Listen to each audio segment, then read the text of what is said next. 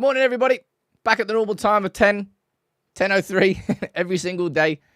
I was a little bit early yesterday, but we're back in the room today. We're going to be speaking about Berge. We're going to be speaking about Youssouf Fofana. We're going to speak about United's lack of sales and the conversations around it, because we are struggling around McTominay, around Lindelof, around Casemiro, with Sancho, with Antony. The latest on all of those. We'll speak about the latest on Ligt and Mazraoui. Comments from Andre Onana on the risks that will be taken next season at United, which we absolutely need to do, by the way. So get ready for it. I agree with what Onana said. Luke Shaw's back in training. Martinez is back in training. And there's going to be loads of things we can run through today. It will be a busy show. I've got about 30-odd tabs there up to run through and discuss. And it's, well, we've got City on Saturday. I'm not sure if you remembered. It's a glorified friendly, right? Make no mistake about it. Might be a Wembley, might be in front of 70,000 fans, whatever, 90,000 fans. Doesn't really matter. It's a friendly. It's a community shield. However, it's perfect pre-season preparation up against top-level opposition at Wembley at the end of a pre-season. Should be a good game. I'm going to run through my starting 11 for that game tomorrow because there's so much more transfer stuff I need to run through today. Let me see who's here in the comments. Say hello to everyone, and we get into the show. Who's here from the Mod Gang? Good morning to you, Carl. Josh, I saw you there earlier, Harding. T, good morning to you too. Saw you there as well. We've got, who else? We've got Ray, Thomas Gibbons. How you doing, man? Teresa, good morning to you. We've got Mania, Ishak. We've got Cormac, Ben, Flawless, and Stephanie. Good morning to all of you. On Facebook, we've got Mark Kennedy, Nasaru. We've got Graham Kemp. We've got Jonathan Rose. How you doing, buddy? And one more, Mark Fossey. Good morning to all of you. Hope you have a good show. Please do send in your comments and your questions, anything you want me to discuss that you don't think I do discuss. All right? Let's get into the show. And I'm going to start today's show by focusing on the sales. I've said for some time now that whether this is a successful summer or not for Man United, it doesn't exclusively rely on whether we make sales. But it pretty much does. We've obviously spent as much as we are going to spend without sales aiding the next level, right? And Lenny Yoro, great signing, out for 3 months, brilliant. And Joshua Zirkzee is a strong start to the summer, but it's only a start. And I'll go to the board here, right? Before I go and dive into all the news, right? This is the latest that we're hearing and the latest that we've seen around all these sales, because I've got 1, 2, 3, 4, 5, 6, 7, 8, 3, 7, 9. I've got 9 names down there. 9. And we haven't had anywhere near enough movement. We know exactly the players that have already gone. Fernandes went to Benfica. Van der Beek went to Girona for a packet of crisps. Cambuela went to Villarreal, which kind of surprised us, but it kind of makes sense, given that everything we're looking at in trying to sign 2 centre-backs. And Greenwood is the only sale that's really made like a tangible difference so far this summer. And that's why this McTominay situation is a bit of a concerning one. Now, if Manchester United's bottom line and our PSR and our financial catastrophe, really, behind the scenes, if it wasn't as bad as it was, I don't think Manchester United will be looking to shift McTominay on, and you know we can extend his contract by a year. But Fulham have put in 2 bids for him. Second one was around about 20 million, which has been rejected, and the reports are suggesting now that Fulham are not expected to come back in with the £30 million bid that we want for Scott McTominay. And again, this McTominay situation is going to be one of those where there's going to be certain fans that say, oh, just accept the 20 million, get him off the books, we need this rather than holding on to him. And then those exact same fans are going to be annoyed when we don't negotiate the right prices for players that we are selling. And at Man United, it feels like a walk in that fine line with this McTominay situation. I think 25 million probably gets the deal done. But the question is, can Manchester United afford to miss out on selling Scott McTominay this summer? And I question whether we could. And maybe that's exactly what Fulham know. So I would keep an eye on this one. You know, Andre, right, from Fluminense. Did they win the Copa Libertadores? I think it did. The South American Champions League. He was so heavily linked with the move to Liverpool, heavily linked with certain other clubs. Not been any movement with him whatsoever. Edred saying, aren't Galatasaray interested? It doesn't matter if Galatasaray, I mean, they probably are. But they are. They've been heavily linked. But Galatasaray are not going to be paying the money that United require. They're going to be coming in like 15, 20 million with add-ons sort of price, which won't be enough for Scott McTominay. Like, what do you expect to happen with Scott?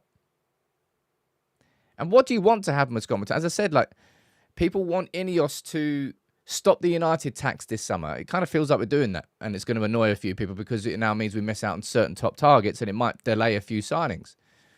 And then when it comes to player sales, we go back to the done board. I mean, look, Van der Beek was ridiculously cheap. It was sold for 40 mil, ladies and gents. 40 mil. Cambuella, I think it can rise to 10 mil with add-ons, and we've got a big sell-on percentage. Greenwood, I think it's probably a little bit lower than I was expecting, but we've got a big sell-on percentage here on the profit. Someone down there saying, look, McTominay is absolutely worth £30 million. It's not even a question. There's no red-tinted specs. There's no bias. There's no anything. In the current market, Scott McTominay is absolutely worth £30 million. No question whatsoever in my mind.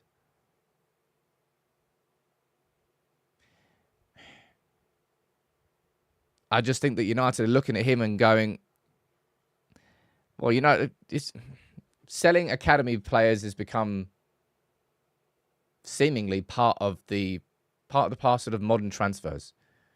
That's why Chelsea are so happy to sell Conor Gallagher for however much, for 35, 40 million. I've no idea. This McTominay one's probably a concerning one for me, right? John, in the comments, you're saying, to quote Sir we'd rather walk to the right decision than run to the wrong ones. Guess we will only make marginal gains this season. I'm not going to be making any predictions on the season on the 7th of August when there's still so much to do in the transfer window. As it stands, I'd have concerns, but I do think United will do more. McTominay would be a great signing for Fulham, but he would as a box-crashing midfielder, not as a Paulinho replacement. McTominay will refuse to leave this. No, I don't think this is on Scott McTominay. I think this is just on the price. And unfortunately, no matter where you look, really, with Manchester United and potential sales, there's just or problems or question marks. Casemiro. James Ducker from the Telegraph reporting that United were hoping that Casemiro would be sold this summer, but who's come in for him? And it's what happens when you make short-term signings. Casemiro was a massive dopamine hit. Ronaldo is the perfect example of this. Hey, man, I loved it. I lapped it up. I soaked it up. Ronaldo coming back, that game against Newcastle, the return, it felt great for a fixed period of time. Short-term thinking, long-term problems. That's exactly what the re-signing of Ronaldo was. And that's exactly what the signing of Casemiro was. Can't get Frankie de Jong. Casemiro? Yeah, I mean, it probably will work for a season. Yeah, great. Don't know what's going to happen next. Yeah, Casemiro. And nobody wants to sign him. And then we move on from Casemiro. Right? Jadon Sancho. PSG have been kind of consistently linked with Sancho, but no real movement.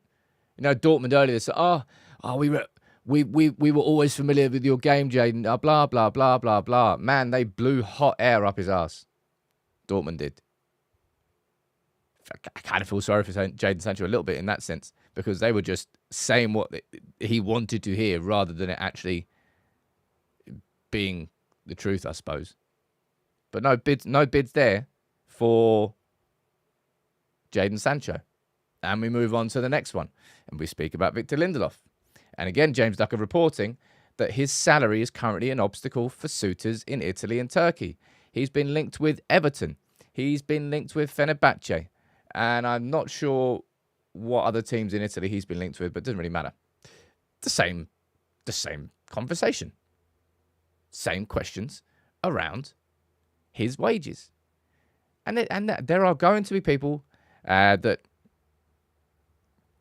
I see them all the time up in my feed, replying to me trying to just dig Ineos out.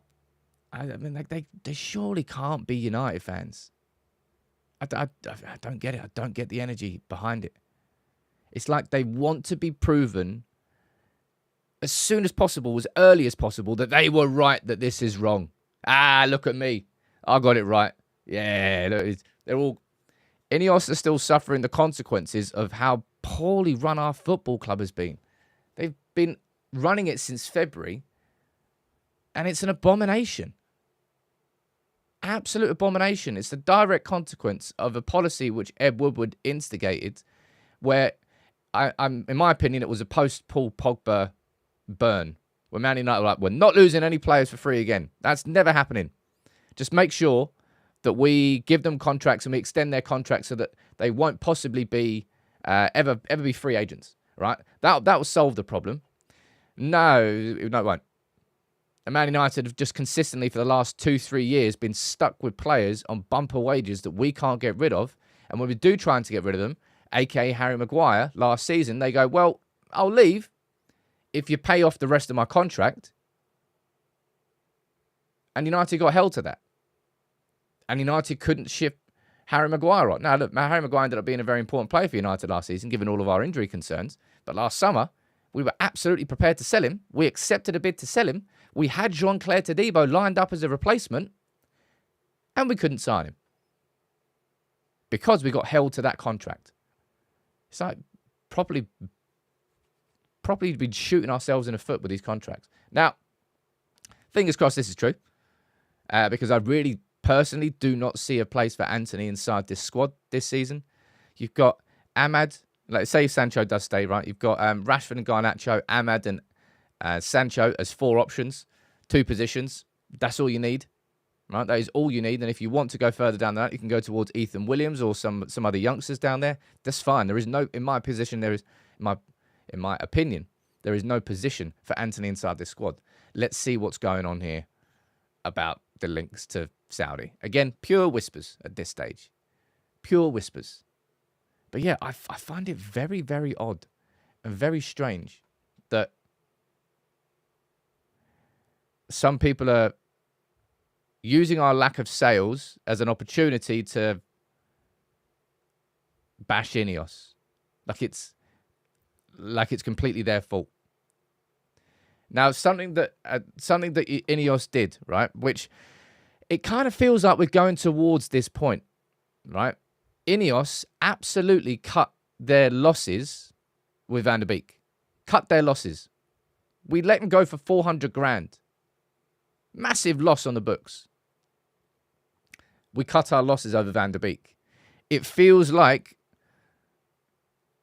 right now, it feels like Manchester United are going to have to make a couple more of those decisions this summer to get rid of the players that we want to get rid of. And I suppose that is something that Ineos could do. I mean, from a business sense, it's ridiculous. But from a squad perspective, there is no point having certain players around who should not be here next season. We don't want passengers inside this squad. So I'm going to be interested to see if Ineos do that same policy that they did with Van der Beek, maybe with other players. 20 million for Antony. It feels like we'd be... 20 million is probably a fair amount. 20 to 30 in an ideal world. Probably with a little bit of percentage set on because he's young enough that if he does go somewhere else and I don't know. Antony is going to be held up as the... Unfortunately for him, as this is the mistake that happened since Erik ten Hag came in. This is the biggest mistake that happened. We are not going to let this mistake happen again. Right? Because that's what it was. We overpaid for Antony by about, in my opinion, around about 40 million. Roughly paid double what we should have for him. Because we got held as mugs. We got held as mugs in the negotiations by Ajax and then with Van der Sar. Sales are very frustrating and the lack thereof. And look, fingers crossed there will continue to be some sort of movement. But as it stands, we go back to the leaving whiteboard. McTominay is the closest, and Wan-Bissaka, they're the two closest to leaving. But McTominay, according to reports, Fulham aren't going to come back in with a bigger bid. So maybe United are going to have to accept that 20 mil. Don't know. Let's find out. But let's move on now and let's speak about transfers, right? Because there was a new name that came out yesterday. Sander Berge. And it's sort of been corroborated by, this is from James Ducker from The Telegraph, saying that Berge has emerged as a potential option. Now, I think I'm going to do a double video drop today because I've got a big video planned on Man United's tactics this season versus last season and the changes that I think we're going to be seeing. One in the overall build-up shape, one in how we're pressing, and just a couple of other tweaks I've seen in pre-season that I think probably hint towards this Ineos game model. I think we've seen examples of it. I might do that for around about 6 p.m. today because I would like to do a full story on Sander Berge because you know what when we had a conversation about Berge yesterday, immediately tons of people turned their nose up at him, right? How can United possibly be looking at somebody who got relegated with Burnley? Oh, how standards are falling. I'm like, blah, blah, blah, blah, blah. So that is such a low-level conversation starting point around Sander Berge. Oh, brilliant. Yeah, great. You know what Sander Berge really strikes me as? It strikes me as a heavily data-driven potential signing for Manchester United. And I'm going to run through the stats of exactly why in my lunchtime sort of full story video. That's what Sander Berge strikes me as. Man United have crunched all the numbers in certain specifics, in certain profiles, and he has scored very highly in quite a few of them. Right? And I'll run through and I'll explain that in the lunchtime video. But James Ducker here sort of confirming that he is one of the names on that list. You've got Richard Rios as well. You've got Martin Zubimendi.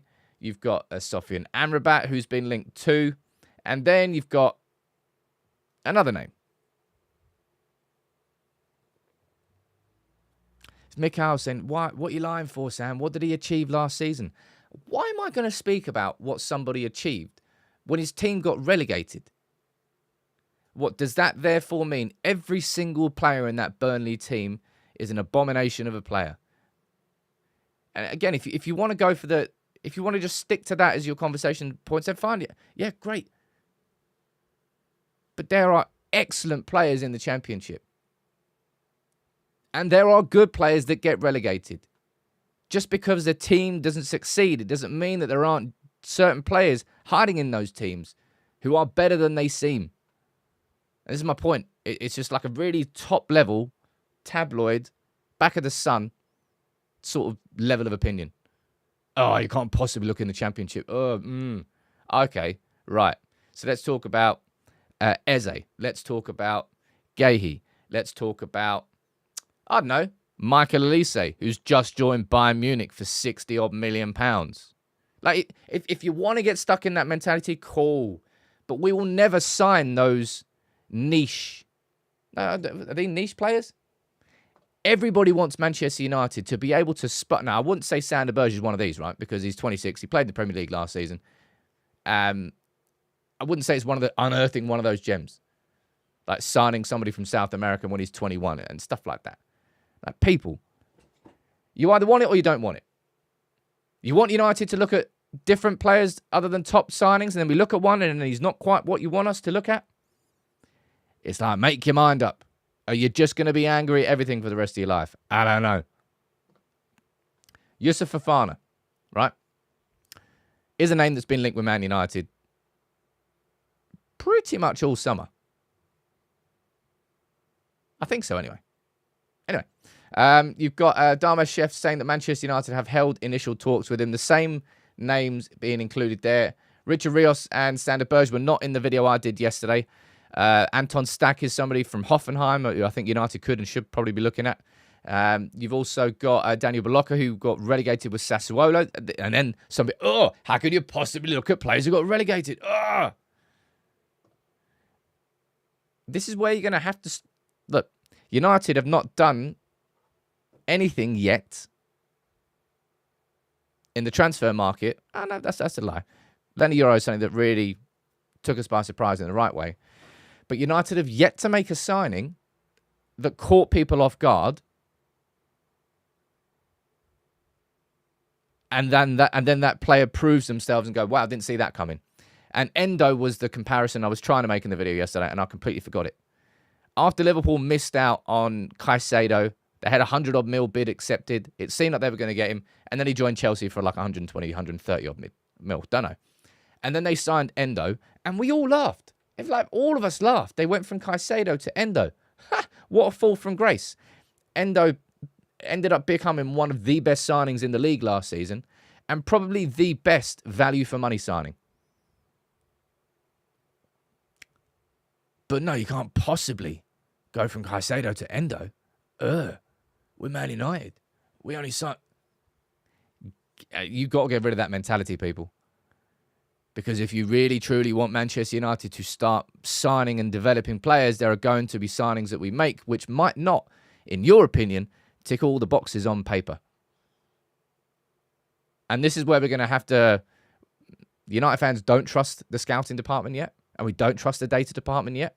But that's, in my opinion, what Sander Berge is a data-driven target. That doesn't mean it's going to work, by the way. Doesn't mean it's going to work. But it could. And people are just suggesting there's absolutely no chance that it could. Anyway, Fofana. Being reported by Florian Plettenberg, being reported by Darmesh Sheth. Initial contacts have happened. And I've spoken about Fofana in quite a bit of detail here on the channel. My opinion is that Fofana isn't the signing to complete a balanced midfield. Just an opinion.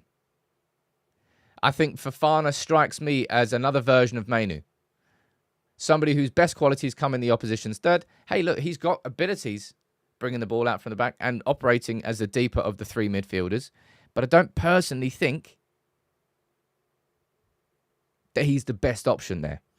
In my opinion, if we were to sign Fofana, and I don't think it will be a bad signing in any way, shape or form, I would also want another midfield signing. But we've had initial talks with Fofana. Let's see how far that one goes. It would be hilarious, by the way, if AC Milan have been trying to sign Xerxes all summer and then we swoop in and steal him, and they've been trying to sign Fofana all summer, and then United end up swooping in and stealing him as well. Could happen, right? Could happen. I'm going to be speaking about Mazraoui and Ligt next. But it seems like these are the names that are being linked, right? Sander Berge, Richard Rios, who play for Colombia out in Copa America. I haven't done it. It would be silly of me to do a full story on him just yet. I might do one a little bit later. I think someone's gifted. Oh, yeah, I did. Shax and Mania both gifted 5 memberships each. Let's get Gary out. I need to update these. I need some help getting a new soundboard made. Too busy. Bolton! Go on, Gary.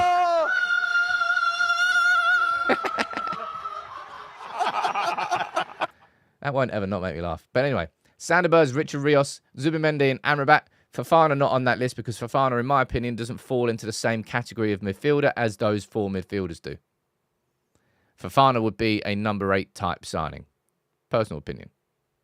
I would like to see, if United aren't going to spend 50, 60 million on Ugarte or one particular signing, I want Manchester United to be able to spend somewhere in the region of 40 to 50 million and sign 2. That's what I want to see. And Sander Berge, how much do you think... Interesting question here.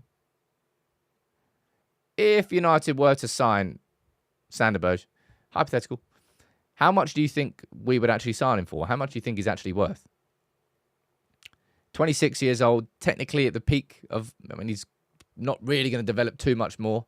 Maybe one more year of development, thereabouts. How much do you think he would be worth? Got relegated with Burnley. 20, 25? How much did they actually sign him for? That's probably quite important. Burnley sign Sander Berge. 12 mil. So Berge joined Sheffield United for 22 million back in 2020. Then in 2023, Burnley signed him for 12 million. So you probably go maybe back up to what I think United could possibly even get him for less than 20 mil. 20 mil thereabouts. And at that level, you're looking at a squad depth player. Somebody who may end up playing quite a lot for United next season. But at 20 million, am I really going to get that offended about Sander Berge? Really? No, I'm not. Absolutely not. But I would like United to make 2 midfield signings this summer, right? Now, moving on from midfielders to speaking about the 2 deals which have been on the verge of being completed for a while now and haven't really been completed. I can see down here all the prices that are flying in around about Sander Berge. 10 to 15 mil, someone's saying down there, 10 mil, 12 mil, the Ballon d'Or clause. 15 to 20, says Barista. Rob saying 17.5 plus add-ons. I think United should be, if they're looking for him, in the region of 20 mil overall, including add-ons. Let's find out. But Mazraoui and Ligt. I think someone just gifted a membership down there. Who was that? It was Tony. You just gifted a membership to someone else. I think it was 1 ton. Yep. You two now. Best mates for life. That's how it works. Ligt and Mazraoui, right? With Ligt. This has been something, I've forgotten to use these for a little while, by the way. I spent all bloody summer getting them all ready, and I've hardly used them in like the last week or 2. Anyway, back in the room. Ligt is somebody who's been linked with United more than most this summer, right? And the latest suggestion here from Germany is this, right? Bayern Munich are focused on sales. Bayern Munich needs to sell players, man. They need money. Looking at 4 main departures. Ligt, Mazraoui, Zaragoza, and Kingsley Coman. Both of those on loan, or maybe him on sale. All other candidates for sale are expected to stay at this stage. Most important sale for Bayern Munich is Ligt. And second to that is Mazraoui. Their whole summer plans to sign, is it Doué? And Jonathan Tah, they need the money from these sales. And that's where this has sort of pissed me off, right? We know full well that, to be fair to Bayern Munich, they've been very consistent over the price of Ligt, haven't they? We heard 50 million plus add-ons for Ligt a good few weeks ago. And I don't think that's really changed. I don't think United will pay that. I think United want to do 50 million euros all in, so probably 40 million euros plus 10 in add-ons. Where, of course, Bayern Munich want a bit more up front, and that's kind of causing this delay. But have you seen Ligt linked with any other club? Again, you know the same way that PSG have stayed firm on their mad valuation of Ugarte for 60 mil, and they're saying, oh, actually, yeah, there's loads of other clubs interested, we're fine. I haven't seen any other clubs moving for Ugarte either. So I think PSG are overplaying their hand. And I think Bayern are trying to just squeeze a bit too much out for Ligt. But that's not the one that's annoyed me.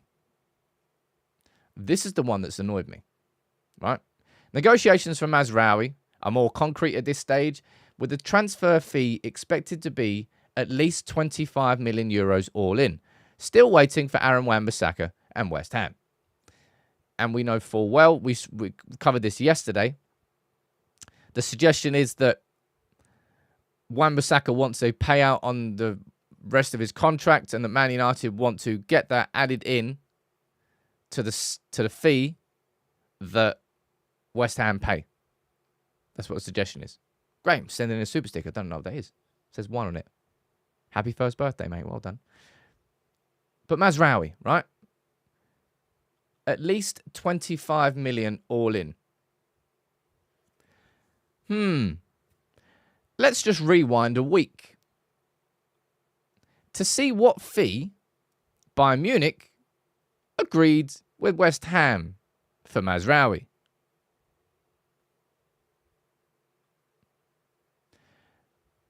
€15.5 million plus 4 million in add-ons. You do the maths. 19.5 million euros.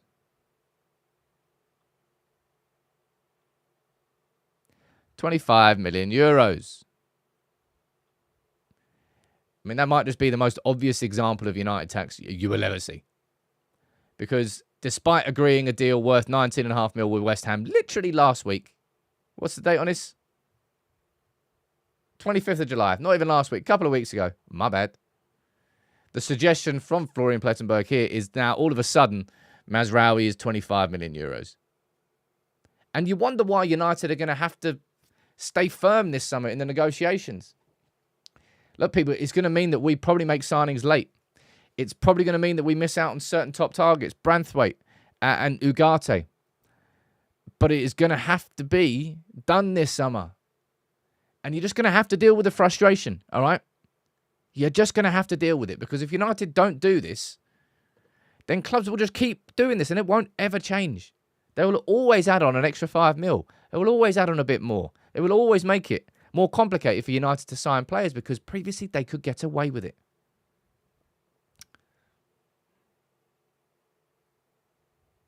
It's just, it is what it is. Now, over the Ligt situation is Bayern Munich have been very firm on their price. I think it's slightly over, but that's just kind of a normal set of negotiations.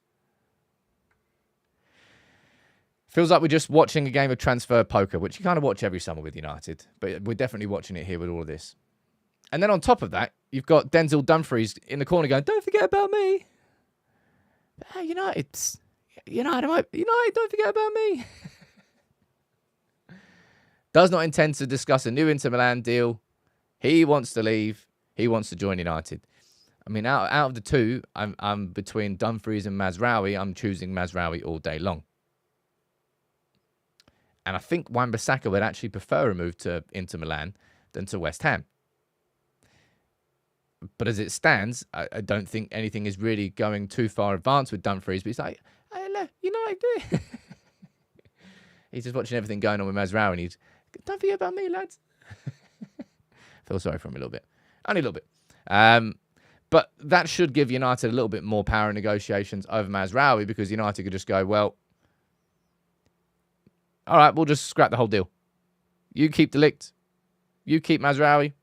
You do you this summer. I know you can't sign the players you want now, and you're just about to sign another centre-back, so you've already in a squad full of centre-backs. You can't sign Jonathan Tart until you sell the Ligt. But cool, you do you. We're going to move on. We're going to ship Aaron Wan-Bissaka off to Inter Milan. We're going to get Denzel Dumfries in the other way, so Mazraoui, you can keep him too. Good luck buying this summer. See you later. I imagine that might change their tone a little bit. But anyway. Don't forget about me. Anyway, let's move on. Better news. Chido Obi Martin, he has completed his medical. That got done yesterday. And we're just waiting for the official announcement now. Tell you what, ladies and gents, I have got a nice in-depth, big up to Luke, nice in-depth profile video on Obi Martin to drop when he is made official. It's a really good one. We've got another video we're working on in the background on Mazraoui. And that's going to be, well, depends on what goes on there. I'll be honest, I had a video ready to go on Ugarte too, which may never now see the light of day. But that's what happens. Sometimes these things and the preparations you do, they don't pay off. But it doesn't mean it wasn't the right decision to get that video done and prepared. I mean, lots of work go into those videos, so it's a massive waste of time and money. But I would rather have it ready at the right time than then have to react and then do it. Anyway, and I've also got another video coming, 2 other videos. Man, you are getting spoiled. In a good way, I think. It goes to show that the level of the channel's going up. Got another video coming out on Ten Hag and the evolution of Ten Hag. Season 1, Season 2, and Season 3. And then another video on a deep dive into the transfer policy. And in my opinion, going back to a policy overall, which I think was part of what made the great United teams great. And I'll run through that. But Obi Martin's completed his medical, and we should be getting, hopefully, an announcement on him pretty soon. Now, I want to speak to you about this. What? I want to speak to you about what Onana said yesterday, because I've seen some mad reaction. Has anybody seen what ESPN said? Again, ESPN is just like a... If you could bring the sun to life, it would be the ESPN YouTube channel. They make TalkSport look good, which is really, really hard to do. Really, really hard to do. But ESPN managed to do it incredibly well. And it's because of these comments here from Andre Onana, right? Andre Onana saying this. I'm playing out from the back. He goes, that's me, and I think it's what you're going to see this season because I will take a lot of risks. I can tell you in advance already. Be prepared. It's going to be this season. Trust me. And you saw TalkSport yesterday, just pure nonsense. Just trying to be offended by absolutely everything. This has to be, and I'm telling you, if there is one core fundamental difference that I want to see from United tactically this season, it is playing out from the back with the ball. Because I think everything else feeds off the back of it. We all want Manchester United to be more controlled in possession, to not have to fire through transition so quickly. Playing out from the back with the ball. We need to see United being able to build up attacks and create patterns, rather than just flying it forward and seeing what happens. Playing out from the back with the ball. We need to see United being able to cope under pressure a lot more. Playing out from the back with the ball. Everything, in my opinion, links back to the disconnect that we've currently got in this team with not being able to play out from the back with the ball. So I want to see United taking more risks. That's what I expected last season from Onana. I expected heartburn. Not heartburn because he had biscuit wrists and just letting so many ridiculous goals where I'm like, how have you managed to do that, dude? You are a far better goalkeeper than that. I expected him to be a bit more like Barthez. To maybe dink it past a player. To maybe stride out of the box. That's what I thought the heartburn was going to be about with Onana last season, and it wasn't. It was about his just letting in ridiculous goals, especially in the Champions League. I want to see United taking more risks, right?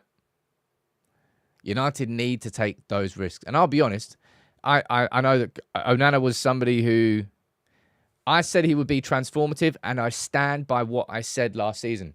Was I wrong? In my opinion, I think it would be fair to say that we probably signed Onana a year too early. And I'm not saying that in captain hindsight because we've now got Van Nistelrooy and all that jazz. I don't think we had the players. Look, maybe if Shaw was fit all season, maybe if Martinez was fit all season, then it would have been better. But we didn't have the squad to play out from the back with the ball. We didn't have the confidence to play out from the back with the ball. Saf, I can't disagree with you anymore, saying please no risks from Onana. I want risks from Onana. United have to take risks this season and be good at it. And this is what... In the first season under Erik Ten Hag, first 2 games, we tried this and we got beaten by Brighton and Brentford, and we switched and we started playing long ball. Started playing long balls. And Harry, yeah, look, we have seen far more long balls from Onana than I expected to. And I'll be honest, they're crap. I don't know how, for somebody whose distribution really is his strongest asset, his long ball accuracy rate is not good enough. I always think that Onana should be doing more. You know, those mid passes, Not like 50 yards over the top on the edge of the opposition's box. I like seeing those passes that are like 20, 30-yard floaters over the first press to maybe a player that's hugging the byline. Don't see enough of those. I want to see Onana taking more risks. And I think we will grow in confidence the more that we do it. Sure, if we get absolutely obliterated and we can't beat the press, then we're going to have to revert. But that's what if for United to get to where we want to be, we have to be able to deal with that press. We have to be able to play out from the back with the ball. It needs to be done. And people might not like it, but I want United to do it and stick to it this season, right? Because we tried it before and we reverted completely away from it. I think United should have the resolve and the ability now. And we need a midfield signing that's going to help with this massively. I don't think we'll be able to do this properly without those midfield signings that we need, right? And Ruud van Nistelrooy did an interview yesterday as well. Another good little bit of content here. He was speaking about just the overall squad. He's saying it's a good group of players. It's important to get them aligned with a system of play and the game model that we want, which is the buzzword. That is the buzzword. It's the rhetoric, the language, I think, that Ineos have been using this whole time. It's what they used last season. It's what we've all known that they're working towards. And I want to see this game model, which is why my lunchtime video today is going to be around this. No, not my lunchtime video. Sorry, I'm going to have to do a double drop because there's too much stuff to talk about. So I want to do a standard Berge for lunchtime and get my tactical video out at 6 p.m. I also wanted to do, and I kind of run out of time. I'll probably be able to get it out before the season starts because we've got the Community Shield and then we've got another week. I want to do a video on Ruud van Nistelrooy and the impact that he's had so far. Because there's comments from Tom Heaton, there's comments from Johnny Evans, there's comments from other players as well. And we've got some training videos and we can start seeing some differences. Al saying, is Van Nistelrooy a good coach? We're hearing nothing but good things from the players that are being coached by him, from the reporters that are reporting on the training sessions, that are watching it. There's a lot of good noise coming out around Van Nistelrooy. And yeah, man, I just love Van Nistelrooy. So I'll be honest, I'm pretty biased. I want him to be a success. This comment here is awesome as well. I can't wait to see Ruud coming back out of the tunnel at Old Trafford, wearing his United gear, coaching gear this time, and then sitting on the bench. Theodore, the Community Shield is this weekend at 3 p.m. Strange kickoff time. I thought the Community Shield was normally on a Sunday. Also, anyway. But I'm looking forward to seeing Ruud back, man. And there's a couple more things I want to run through before we finish up today's show. As always, keep firing in your comments and your questions. Fizz, I can see you gifted 10 memberships down there earlier. I didn't miss it. I did miss it, but I found it again. Lenny. Who's had his surgery, by the way, so that's him gone for 3 months. Anyway. Joshua Zirkzee, our new number 11. Or as far as he's concerned, Manchester United's new 9.5. And again, I've got this video prepared, but I haven't done it yet. I want to do a video on how Zirkzee will fit into this United team. And I've spoken about it, and I've said it's the one I'm most interested to see. Because I think it's the hardest to define. He said, I'm not a number 9, not a number 10, I'm a 9.5, which I think Van Persie said when he joined United as well. He talked about his sort of role with Rooney. And I'm just really looking forward to seeing him in that team. The link-up play that Zirkzee will be able to bring, I think, is going to make such a difference to this team. He's so good with his back to the goal, back to the opposition, holding the ball. He can spin past a player. He's like 6'4". He's powerful. Everyone's asking what a 9.5 is, right? Striker is in number 9 position. Yeah? Your goal scorer. Number 10, your Wesley Sneijder. Like a typical number 10. He's your playmaker. On the edge of the box, he's the one who feeds the final pass in. And 9.5 is a hybrid. It's not really a striker. It's not really a number 10 who's your playmaker. But he's somebody who can score goals. somebody who can pass that final ball in, somebody who has playmaking ability and can drop a little bit deeper. That's the position he feels he is going to be best at. And that position really fits. And I don't know whether it's just an idea in my head. It kind of fits. I really do feel that United are moving towards that 4-2-4 system. 2 central strikers, 2 wingers that go up in a flat line and they press together. And I think Xerxes and Højlund, when they're both fit, would fit that so well. Both physical units, both really powerful, both really fast, and they can hold the ball up. Xerxes, I think, is going to bring so much to this team that Jadon Sancho can't possibly bring in that sort of role. He just doesn't have the physicality for it. I'm looking forward to it. And our best game last season came with false nines. That was against City. Right, let's move on to some final photos from training and something that we've been waiting for. Jeez. Martinez is back. Martinez is fit. Martinez is smiling. And so is Luke Shaw. There's Kobbie Mainoo there as well. Pellistri there hiding in the background. Garnacho is back. Bruno is back. Mainoo is back. We have been missing, what is it, about 60 to 70% of our starting 11 outfield players have been totally missing from pre-season. Luke Shaw, Martinez, Diogo Dalot, Kobbie Mainoo, Bruno Fernandes, Alejandro Garnacho. So that's 6 out of 10. Rasmus Højlund, he got injured against Arsenal. He played a little bit. But the majority of our starting 11, Joshua Xerxes, who probably is going to be a starter for United next season, all missing, right? It was a very broken pre-season. They're all training this week. Fingers crossed they're all going to be fit to play against City. I don't think they're going to be fit to play 90 minutes, but it's a pre-season game. Maybe they're going to get 45, 50 minutes. Maybe they're going to be getting 60 minutes. I don't quite know. But it's good to see them all back and smiling. And this is quite an interesting one as well. That's Amir Ibrahimov. Quite a few. Hey, look, pre-season, lots of youngsters have been getting involved in pre-season training. It always happens. But it's good to see him there. Ibrahimov had some injury problems last year. He is... If you didn't watch the under-18s last season, you should have, because it was dead exciting all season long. This season, when you add in Ibrahimov, you add in Obi Martin, you add in Shea Lacey, you've got Jack and Tyler Fletcher, you've got Jace Fitzgerald, you've got Finley McAllister. The under-18s and the under-21s will both be good watches again this season.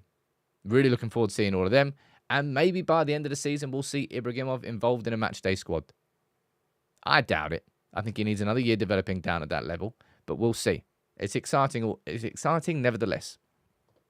Right, last couple of minutes of the show. Fire in your questions or anything you want me to talk about that I haven't spoken about. Look at that. Got the poster up. I love that Højlund poster. That's just a cool little creative idea. Forgot we had Mason Mount. Jeez, James, you're not the only one, man. I don't really speak about Mason Mount. Ever. Dude's got a ton to prove this season. Mason Mount would, by the way, in that system of 2 false nines, Mason Mount would suit it perfectly. Again, good fit. What's the Pellistri situation, Sam? If we go over to the leaving board, all that we've seen about around Pellistri is Panathinaikos being linked. I don't think any other club's been linked with him, which is a bit weird. Pellistri's a good player. I don't really understand how other clubs aren't in for Pellistri. Bit odd, bit weird. Do you think Harry Mass is ready for the first team? I hope so. And the only way we'll know is if he maybe starts against City. Perfect game for him to start. It's a massive level up. It might be equally as... I suppose it's not because you win the Community Shield, but it's a glorified friendly. And I hope United approach it that way. I hope Ten Hag and his tough staff don't go and go, we have to win this game and do it by any means necessary. You might get some injuries. You might risk certain players. It's a friendly, man. It's all about the fitness still. Collier is ready to pair with Kobe Mainu. We'll find out. Collier will definitely be a good squad player for United this season. For sure. Where does Bruno play in the false 9 system? We just answered your own question. He's a false 9. You would have 2 central midfielders, whether that would be Mainu and Collier or Mainu and Casemiro, whoever it would be. And you'd have a front 4 of, hypothetically, Rashford on the left, Bruno through the middle, Mason Mount alongside him, hypothetically, and Garnacho.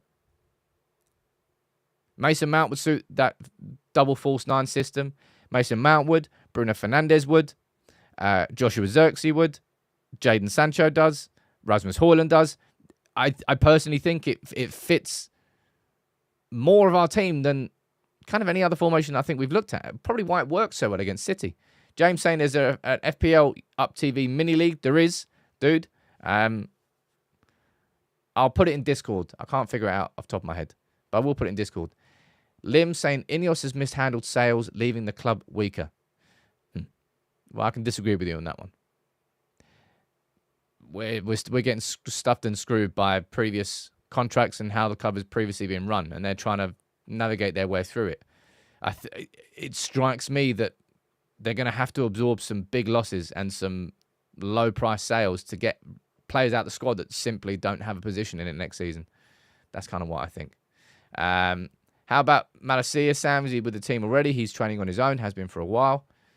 I think he's still a couple of months off. Will be scoring enough goals using a false 9, says Al. We won the FA Cup final. We hardly used the false 9 system all season, and we hardly scored a bloody goal all season.